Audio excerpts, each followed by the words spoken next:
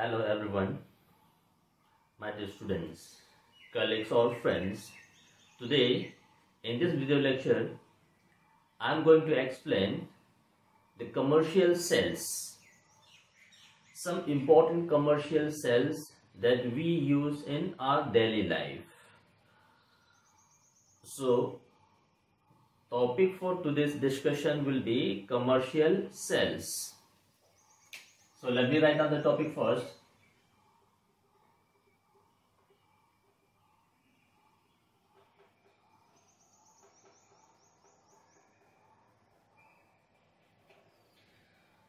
So starting with commercial cells.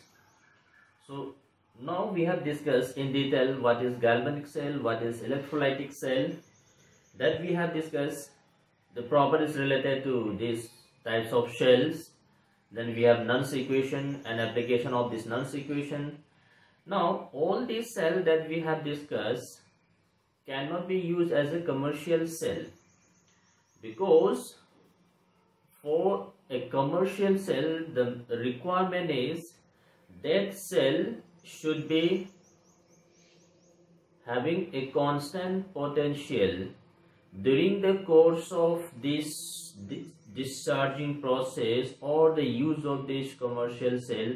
The potential difference or the potential developed should not be very large decrease, or that means that cell has to produce a constant potential throughout its life.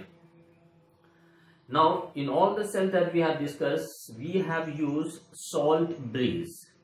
Now due to this salt breeze, the resistance is increased.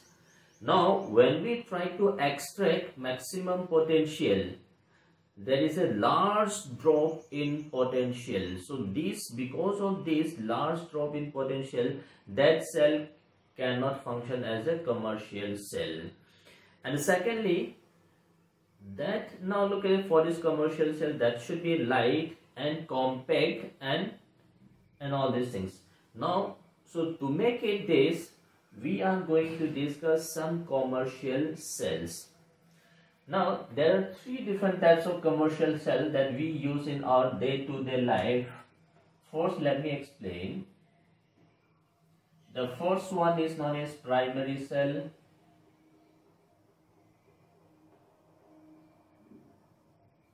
The second one is known as secondary cell.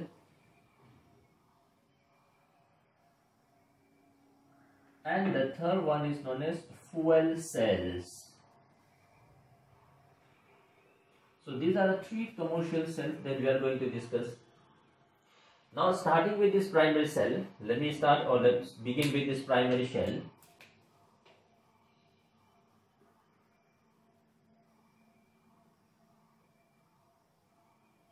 So first of all, we have to define what is the meaning of primary cell. Primary cells are those cells in which the redox reaction occurs only once. After this, cell becomes dead and the cell cannot be recharged again and can be used again. That means this can be used once in its life. After this, cell becomes dead and we have to throw it out. So those types of cells are known as primary cells. So let me write down the definition. Cells in which redox reaction occurs only once, that is,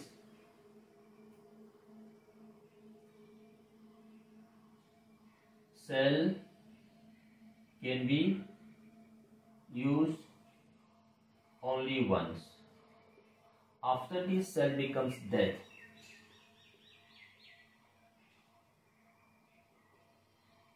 They cannot be recharged again.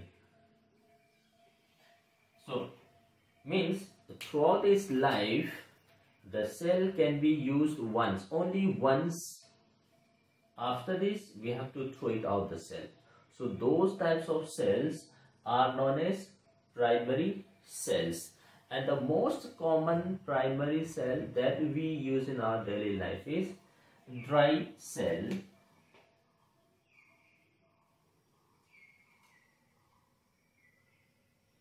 Dry cell. And this is the cell that we use in our radios, torchlight, wall clock, etc.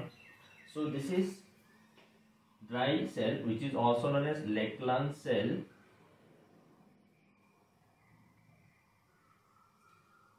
This is the person who discovered this, who defined this, or who made this dry cell. So first of all, let me tell you why this is known as dry. Now, this is known as dry because the electrolyte is dry paste.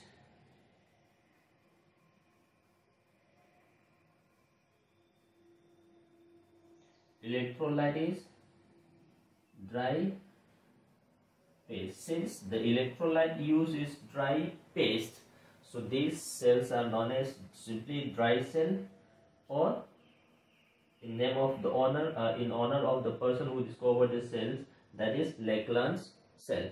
So let me give you what is dry cell, what are the anode, cathode, and the electron reaction. These dry cells that we often use in our daily life, this produces constant potential of 1.5 volt.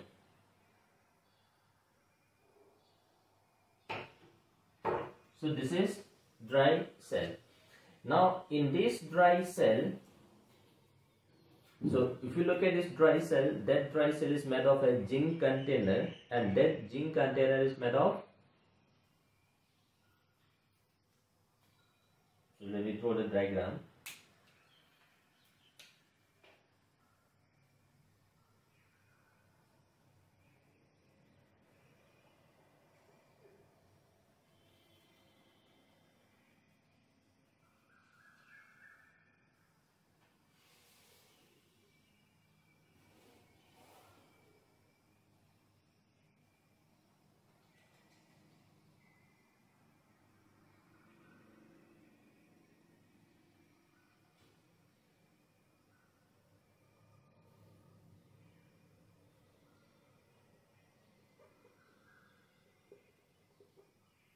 This is made of zinc, which is acting as an anode.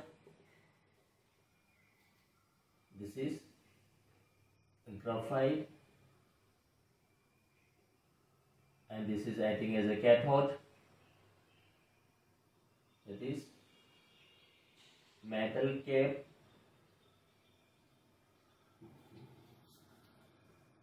That is cathode.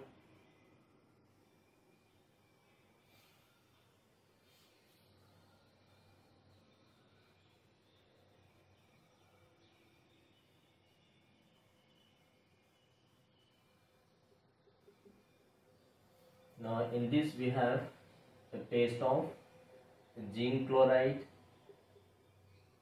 ammonium chloride, and MnO2. So this paste is around this.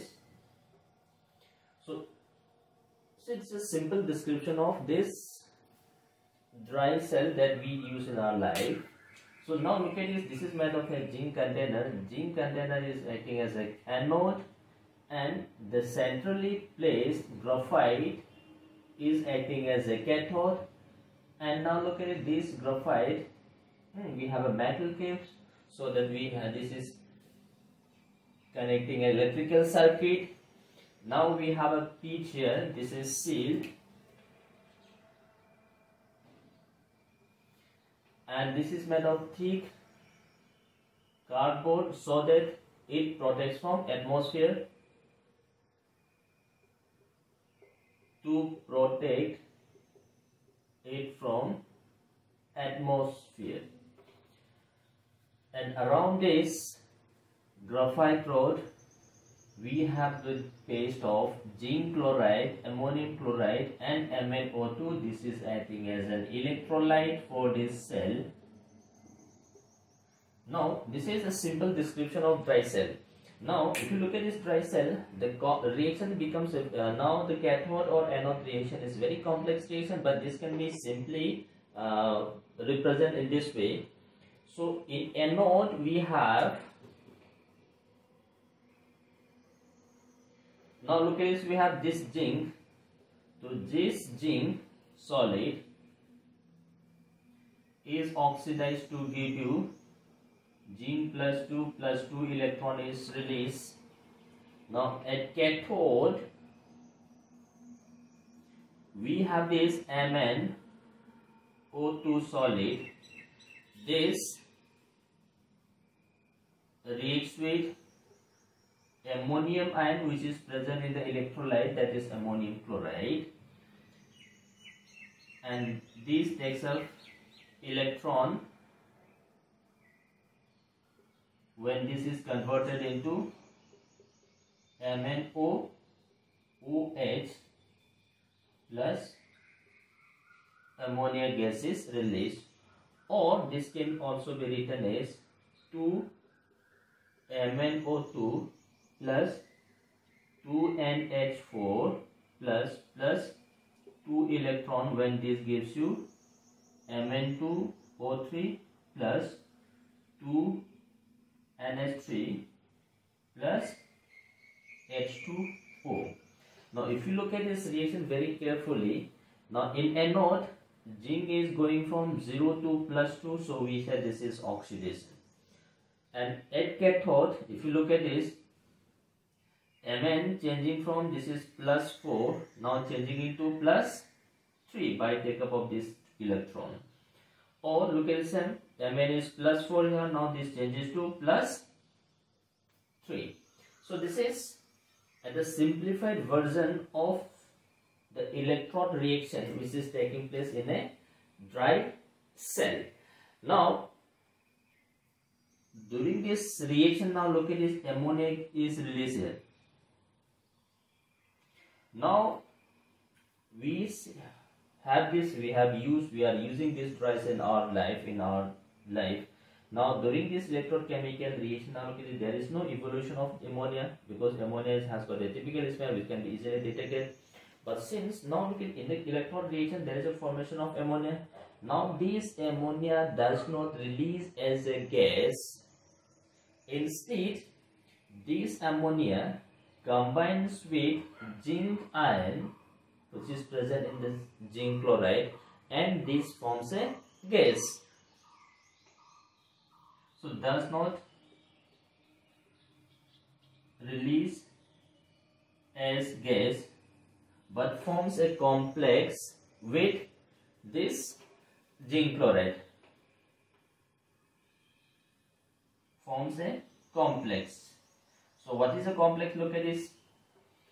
This ammonia which is released at cathode combines with zinc plus 2 and Cl2 minus plus 4 ammonia, when this gives you this complex Z and NH3 whole 4 Cl2. This complex is formed. So means as this electrode reaction takes place, the ammonia gas release does not goes into the atmosphere, and this immediately reacts with zinc chloride and this forms as a complex. This is the complex that is formed. Now during the course of reaction, electrolytes gets consumed, and after a certain period of time this reaction will stop because cell becomes dead. Then we have to just throw it out. Now take a particular dry cell. Now without using, keep it for a certain period of time, for certain days or for a longer period of time. If this dry cell is kept unused, then also the cell becomes dead. Cell becomes something like liquid type निकल जाता है, जिससे cell खराब हो जाता है. And why this is so? Because now look at this. This electrolyte contains acidic ammonium ion. So these, when keeping as such unused, the acidic ammonium ion corrodes this zinc. Look at it, ammonium ion is acidic in nature, so this acidic ammonium ion corrodes the zinc. As this ammonium ion corrodes the zinc, cell becomes dead. So even without using the cell, if we kept on this cell for a longer period of time, this acidic ammonium ion will corrode the zinc and the cell becomes dead. So this is a brief description of the dry cell, or which is simply known as Lakeland cell, that we use in our daily life. So what is important is what is cathode, what is anode, and what is electrochemical reaction, and where this ammonia goes, because there is a formation of ammonia, and what is the change in oxidation state in ammonia from in the cathode reaction, and why this cell becomes dead for keeping longer period of time. The reason is corrosion of this zinc anode by this acidic ammonium ion, and this produces an approximately 1.5 volt potential. Now another primary cell that we find use in our life is mercury cell. Now this mercury cell is used in hearing aids, rituals, etc. So that is what we call as mercury cell. Now again, this mercury cell, we have at anode we have this zinc metal is acting as an anode, and cathode is again graphite or carbon rod.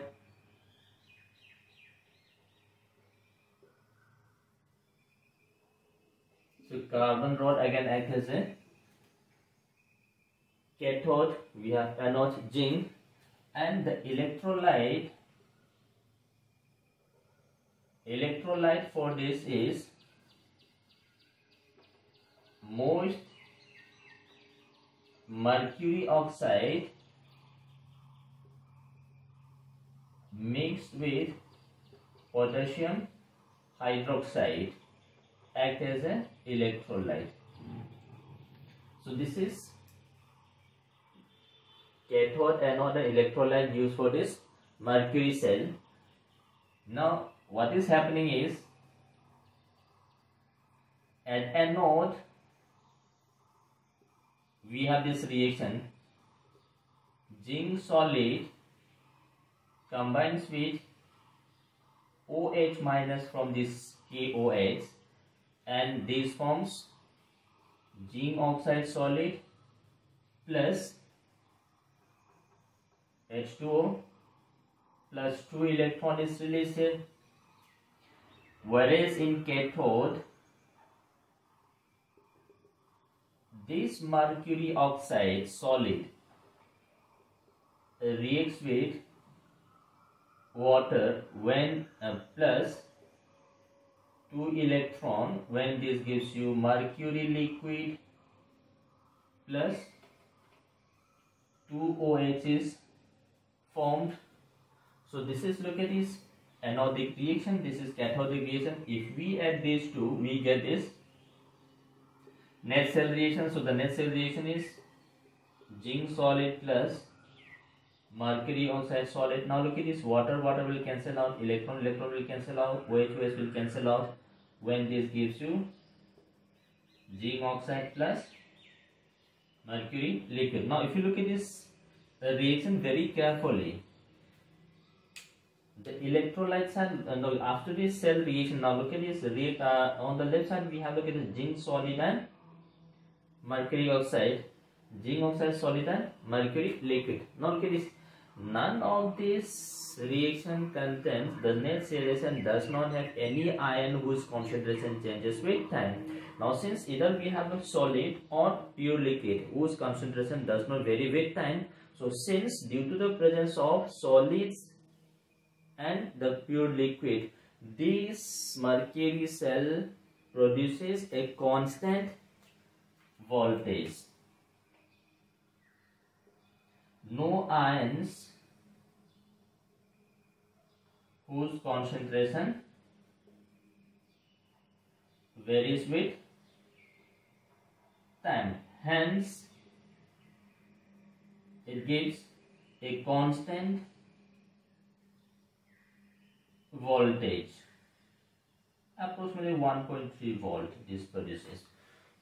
So what is important is what is anode, what is cathode, what is the electrolyte, what is electrolytic cell reaction. Why this gives a constant voltage? Because in this cell reaction we have pure solids and liquids. None of this reaction contains electrolytic, that is ionic, whose concentration varies with time. Hence this gives a constant voltage. So this is the mercury cell that finds use in low voltage device like hearing aids, the cell that we use in the rituals, etc., etc.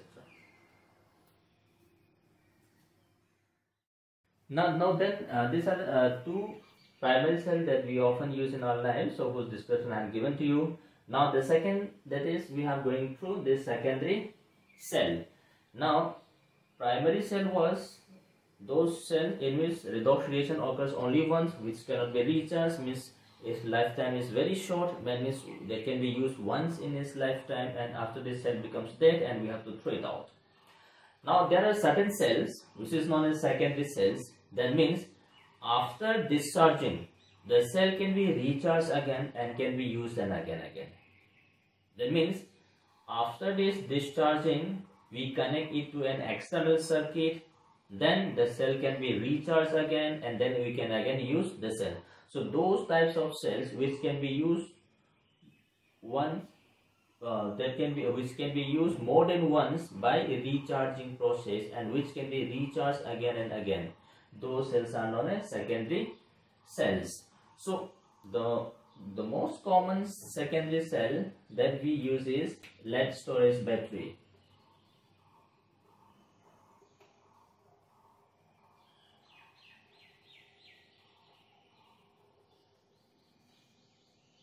Now again here look at this, we are using the term battery. Battery is nothing but the combinations of cells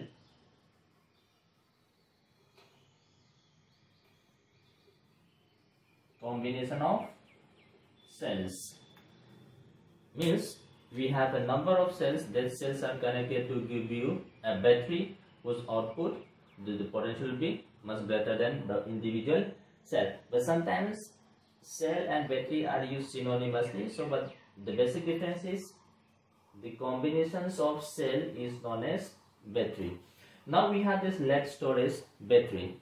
Now in this lead storage battery, since we have a number of cells and these cells are arranged in such a way that cathodes are connected together and anodes are connected together, and this gives you a resultant output, large output. Now in this lead storage battery, we have looked at this anode. Anode is made of lead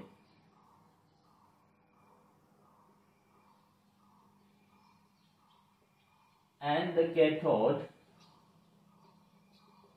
is made of lead dioxide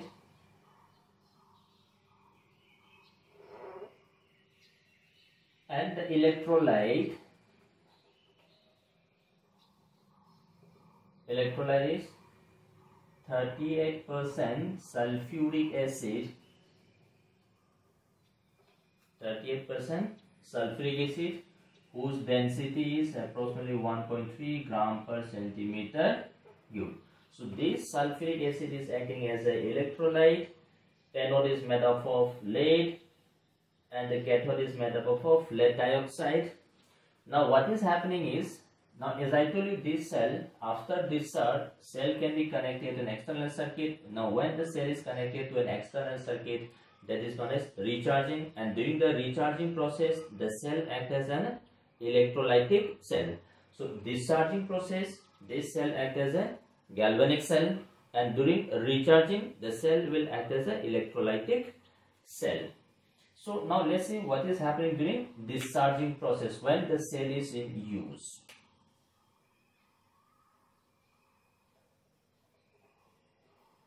Discharging process. Now during this discharging process, the chemical reaction that takes place is at anode. Now we have look at this lead solid. This combines with sulfate ion, and now this sulfate ion is coming from this electrolyte sulfuric acid. When this gives you solid PbSO4 lead sulfate plus 2 electron is released here. This is what is happening during discharging process at anode. Now during the same time at cathode this reaction takes place. Now we have lead dioxide solid. This combines with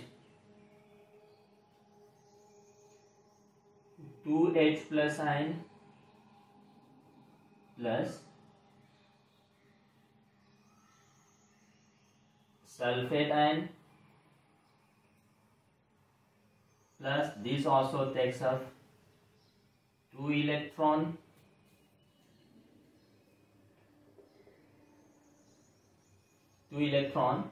when this gives you again solid lead sulfate plus water is produced here. Now look at this. In anodic reaction we have lead combined with sulfate ion coming from sulfuric acid, and this gives you solid lead sulfate. At cathode, lead dioxide again reacts with sulfate ion, that is sulfuric acid, and this takes us 2 electron. Again this is converted into lead sulfate. So combining these two, the net reaction or the net cell reaction during this discharging process is we have this lead plus lead dioxide solid plus we have look at this 4H plus ion plus 2 sulfate ion, when this gives you 2 moles of lead sulfate plus 2 moles of H2O is formed. Now look at this. During this course of reaction, sulfuric acid is consumed. So there is a consumption of sulfuric acid both at anode and cathode. Now as the reaction discharging process takes place or the electrode reaction takes place, sulfuric acid is consumed. As the sulfuric acid is consumed, a time comes when the density of sulfuric acid is less than to 1.2 gram per centimeter cube. So when the density of this sulfuric acid is less than 1.2, the cell needs to be recharged again by connecting to an external circuit. So during that process, the cell will act as an electrolytic cell. So sulfuric acid is consumed during cell reaction when its density is less than 1.2 gram per centimeter cube. It needs to be recharged again. So this is the reason why we recharge this lead storage battery. This lead storage battery that we use in inverters and with automobiles. So this is now what is happening during discharging process. Now as I told you, when this is connected to external circuit during recharge, the cell will act as an electrolytic cell. So now what is happening during recharging process? Let's see.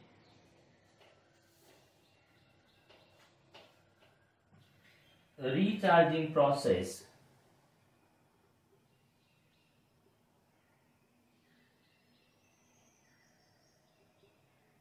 Now during this recharging process, cell is connected to an external circuit, and this recharging process, now this becomes an electrolytic cell, because we are supplying electric current, and by use of this electric current, the non-spontaneous reaction is made to occur in a forward direction.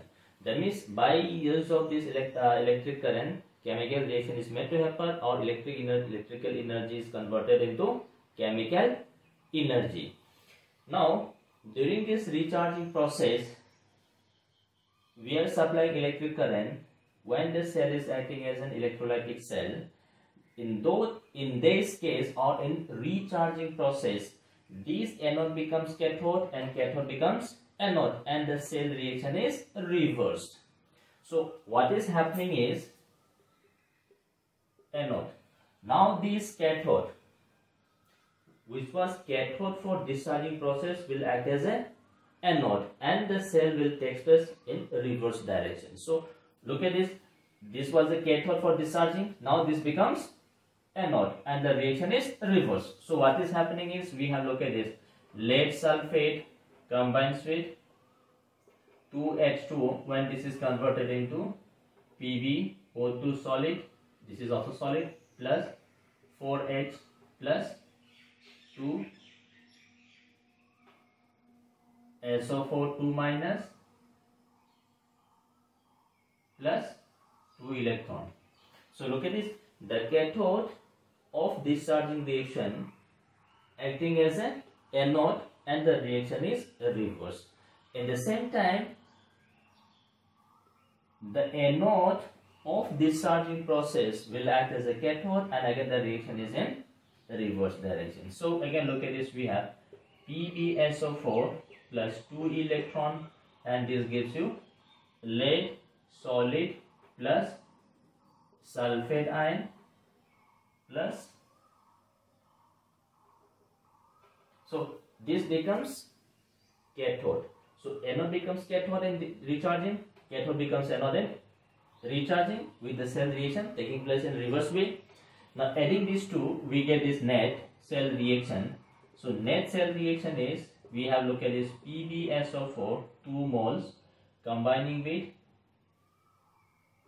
2 water, when this gives you PbO2 solid plus Pb solid plus 4H plus ion plus 2 SO4 2 minus.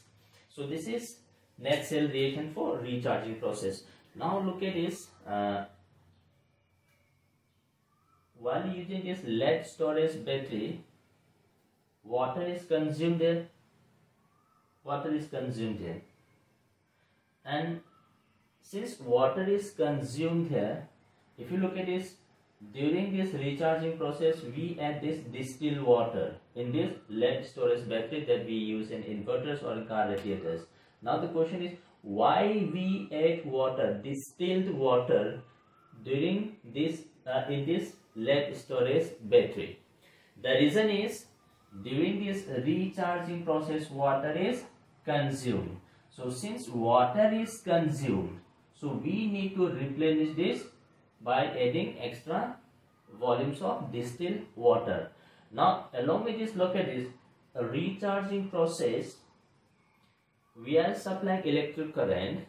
Now this electric current is passing through this water. So when this electric current is passed through this water, water is converted into hydrogen and oxygen. Again, because of this, the quantity of water is again decreased. The third reason is, during this recharging, we are passing electric current. So during this electric current, heating may take place. As a result of heating, some of this water molecule evaporates. So because of this evaporation due to heating and electrolysis of water resulting in the formation of hydrogen and oxygen gas, water is decreased. So as the water is decreased, so we need to replenish this water for this electrochemical reaction.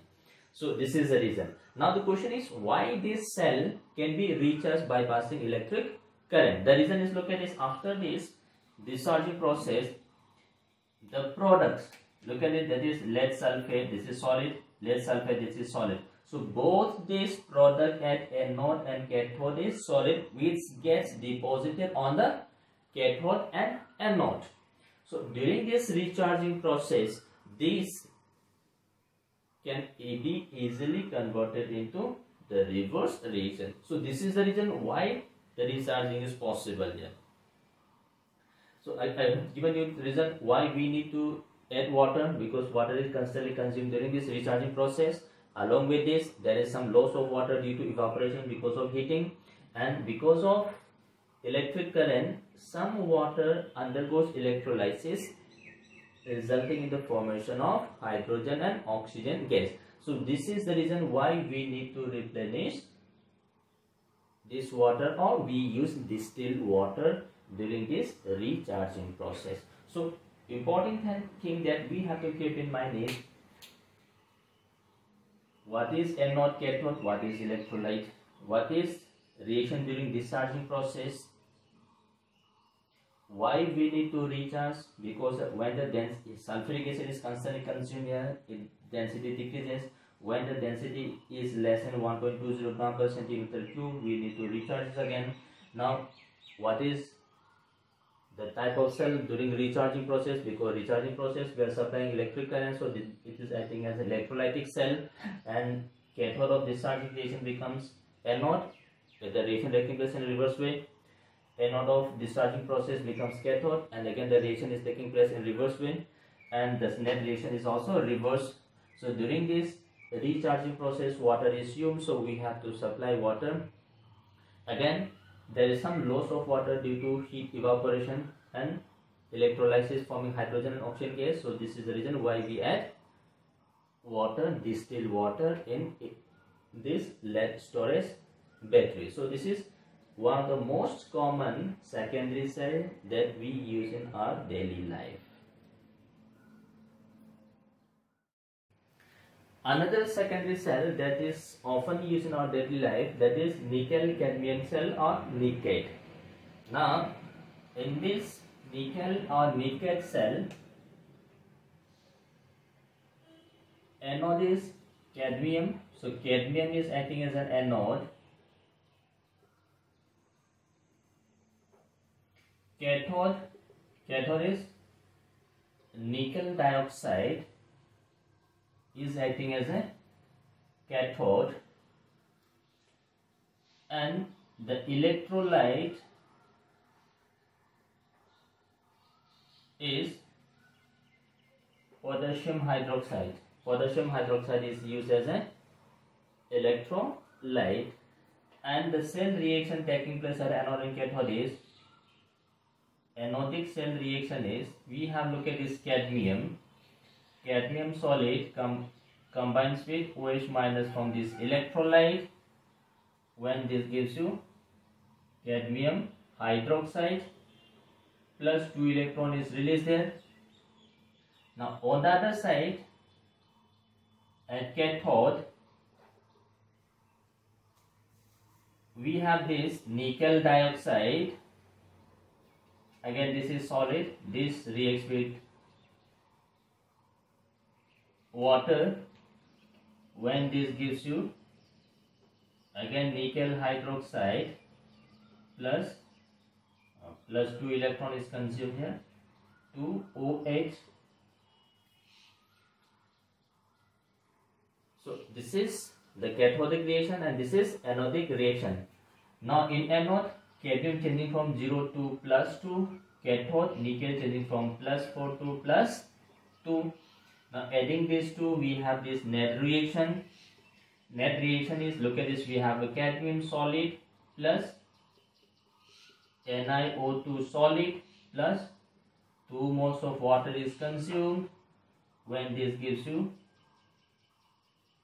cadmium hydroxide plus nickel hydroxide. Both are solid. So this is net cell reaction, and again if you look at this net cell reaction, the cathode, the electrode in this reaction, we have a solid and pure liquid, and we have right side again product we have solid. So the cell can be again recharged again. So none of this reaction contains any electrolyte whose concentration changes with time. So this can be easily again reversed, and during this reversal process the cell is again reversed. Anode becomes cathode, cathode becomes anode, and the cell is taking place in a reverse way. And since all the material present here in the cell reaction is either solid or pure liquid, whose concentration does not vary with time. So this again gives a constant voltage. So this is nickel cadmium. So these are the two most important or the common secondary cell that we use in our life. Now then we have third category of commercial cell, that is known as fuel cells. The basic definition of this fuel cell is, now energy of combustion is converted into electrical energy. That means we have a combustion reaction. Now during this combustion, energy is always released, and that energy released during this combustion reaction is converted into chemical or electrical energy. Those cells are known as fuel cells. So in fuel cells, energy of combustion is converted into electrical energy. So fuel cells are those cells in which energy of combustion is converted into electrical energy. That are known as fuel cells. Now in fuel cells, this substance that can be used, there are some substance that can be used in this fuel cell. The substance that can be used in fuel cell is hydrogen gas, we can use carbon monoxide gas, we can use methane gas, we can use methanol, etc. These are the common fuels that finds use in fuel cell. And the most common fuel cell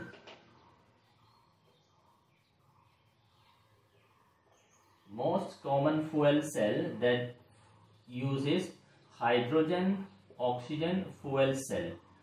This is the most common fuel cell, because when this hydrogen combines with oxygen, this gives you water and large amount of energy is released, and that energy is converted into electrical energy. Now this hydrogen oxygen fuel cell, if you look at this reaction, cell reaction is hydrogen gas combines with oxygen gas, when this gives you liquid water plus energy is released. So during this course of reaction, look at this hydrogen getting oxidized from 0 to +1. So this is acting as a anode, and oxygen changing from 0 to -2. So this is acting as a cathode.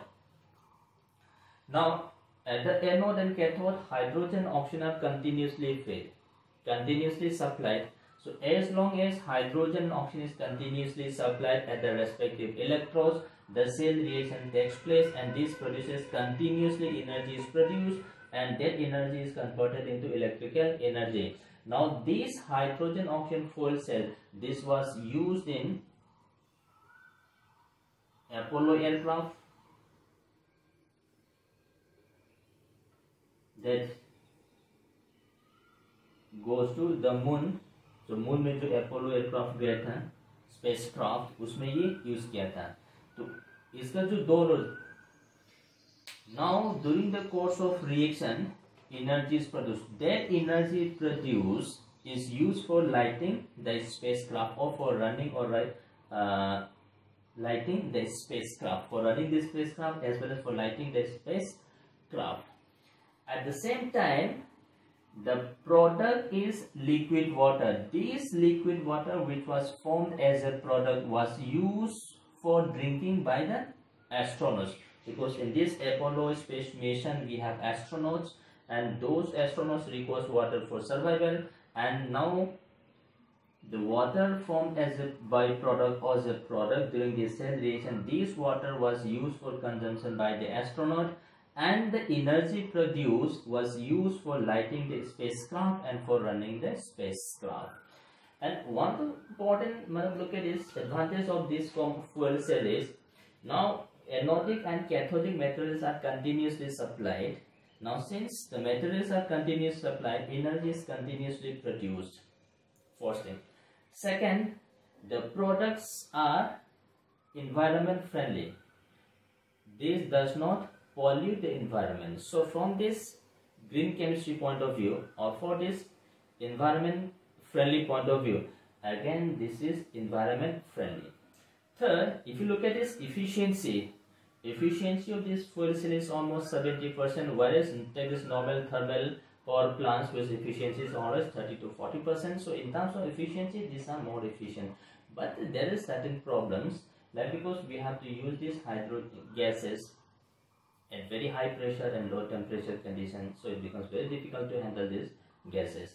Second thing, now look at this, we have to use, along with this gas, we have to use a very inert electrodes like platinum, palladium, or we have gold, etc., which are very expensive. And these are some important demerits apart from, because again look at this, to handle this gas we need to have a specially designed cell, so that is again very expensive. So apart from this some demerits, this has got a very important advantage, that is what we call as fuel cell. So basically what we have to define is, what is the definition of fuel cell, what are the substances that can be used for fuel cell, and this is one of the most important fuel cell that we use in. So now look at this, these are some commercial cells that finds application in our daily life. So this is about commercial cell. So there we have discussed primary cell, secondary cell, and fuel cells. Now lastly we are going to discuss corrosion. So now look at this, we are more aware of this term corrosion, like rusting of iron, etc. This is nothing but the slow eating away of metals by atmospheric oxygen or atmospheric water vapor. Now why we are discussing corrosion here? Because we can describe this corrosion as an electrochemical process in which we have a cell, then we have a cathode, we have an anode, some reaction is taking place, and because of this some product is formed and that can be easily removed. So that is what we call as corrosion. Now we are going to explain corrosion as an electrochemical process. Now for this I will take up the example of rusting of iron. Rusting of iron. Now we will explain how this rusting of iron takes place.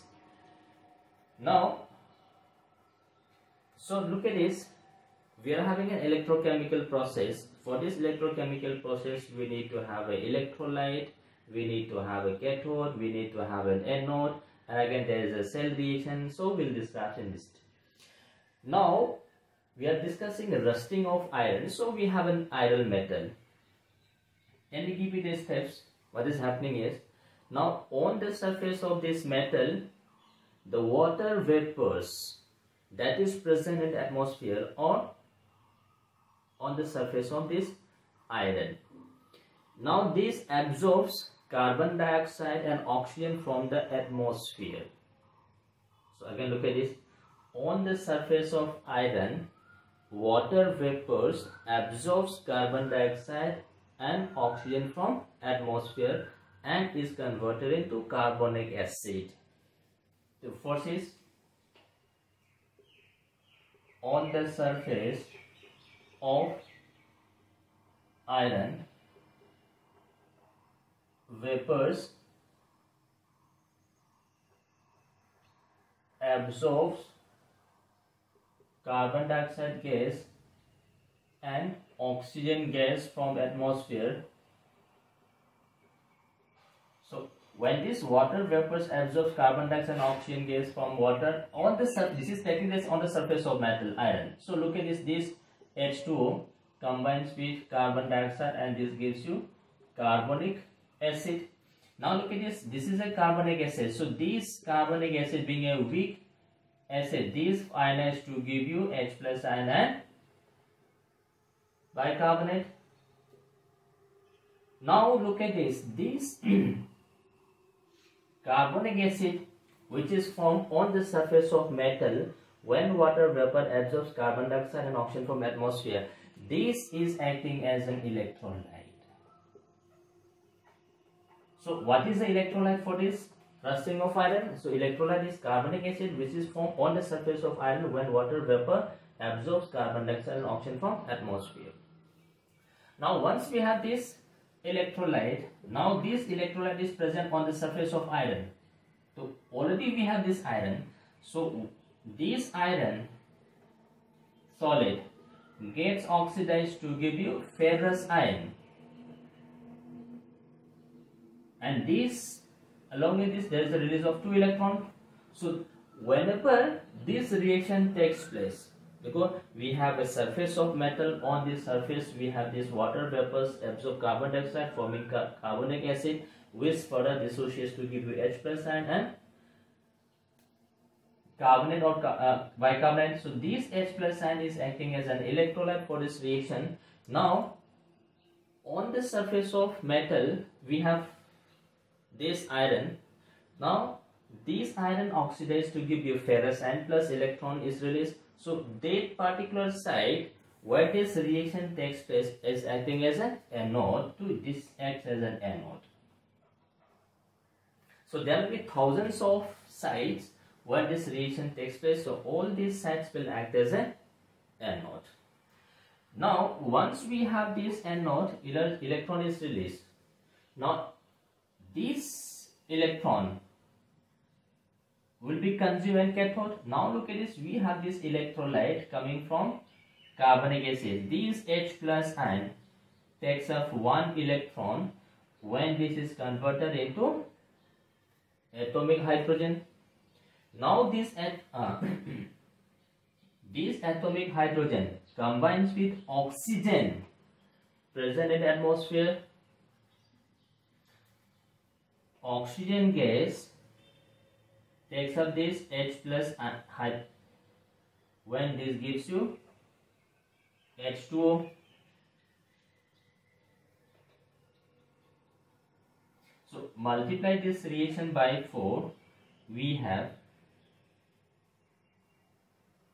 So now look at this, what is happening is the electrolyte H plus ion coming from carbonic acid takes up electron, is converted into atomic hydrogen. This atomic hydrogen reacts with oxygen which is present in the dissolved oxygen or atmosphere, and this forms you liquid water.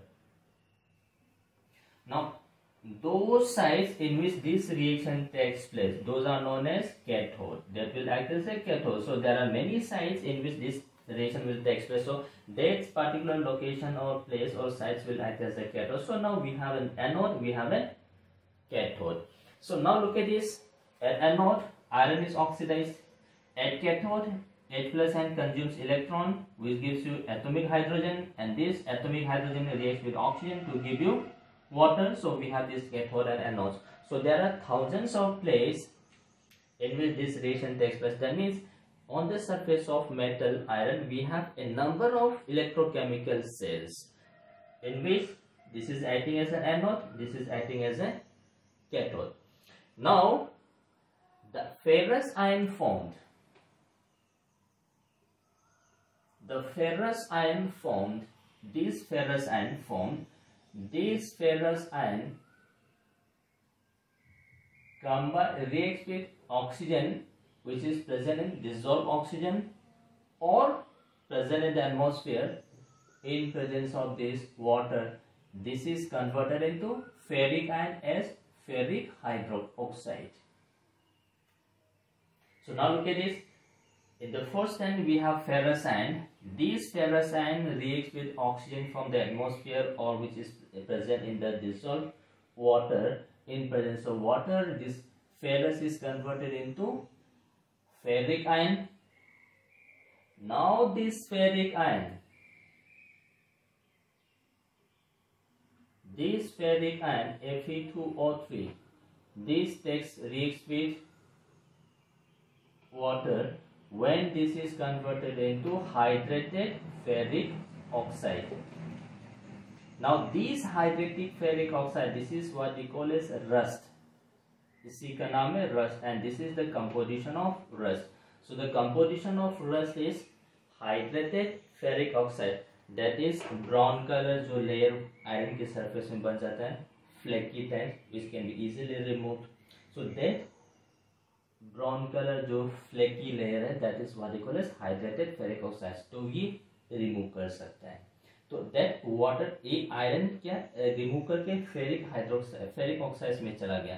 अब इसको आप remove करेंगे तो fresh surface of iron फिर से expose होगा, तो फिर से ये प्रोसेस शुरू करेंगे, फिर से रस्टिंग होगा. And this is the slow eating away of metal in presence of this atmospheric air, that is carbon dioxide, oxygen and water vapour. That is what they call as corrosion, or this is how this electrochemical reaction takes place during rusting of iron. Now if you look at this rusting of iron, there are certain process which enhances the rusting. Factors that promotes rusting. So there are certain factors that promotes rusting. First, look at this presence of atmospheric water vapor.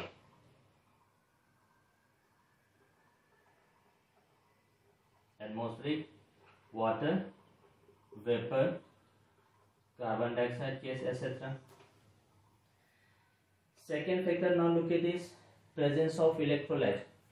In presence of this H plus and or OH minus,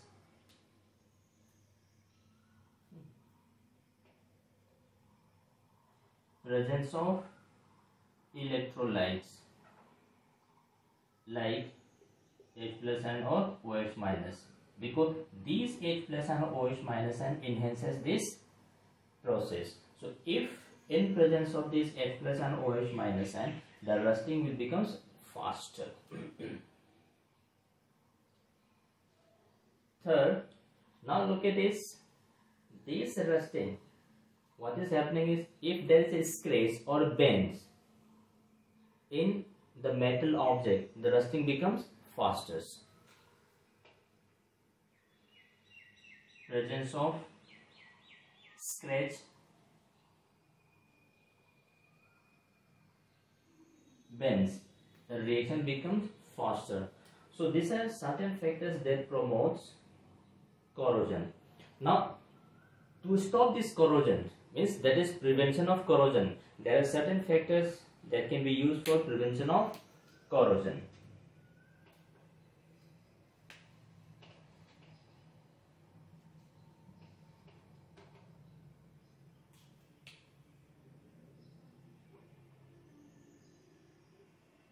So to prevent this corrosion, what we have to do is, we have to cover this metal with something so that there is no direct contact between metal and atmosphere. If we have this type of thing, then the corrosion will prevent. So that is some factors. First one is by painting. So if we can apply some paint on the surface of metal, that layer of paint prevents the direct contact between atmospheric water vapor, carbon dioxide and air. If there is no direct contact, then no rusting takes place. And this is the reason why we purchase iron objects. Some paint is always put on the surface of iron. So this is the reason, by this painting, the layer of paint makes or stops the direct contact between metal and the atmosphere. Second is, we can have look at this. We can apply oil.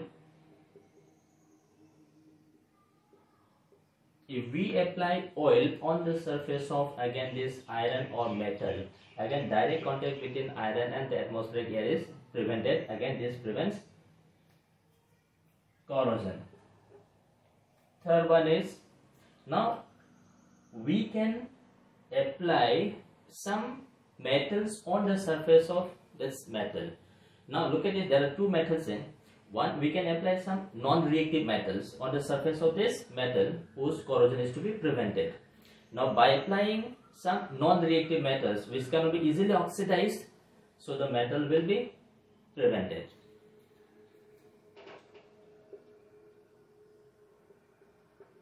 by covering it with non-reactive or less reactive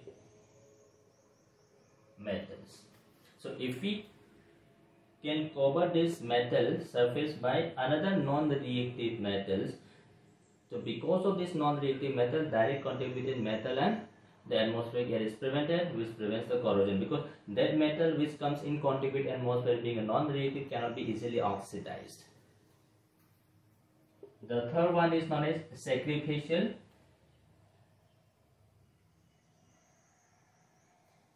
We can cover, that is electroplating. That means we apply a layer of a more reactive metal on the surface of the metal whose corrosion is to be prevented. So electroplating is covering of a metal by a more reactive metal. So what is happening? Suppose look at this is iron. Now we have to prevent rusting of this iron. On the surface of this we electroplate with a more reactive metal, and most of the case we use zinc, that is galvanization process.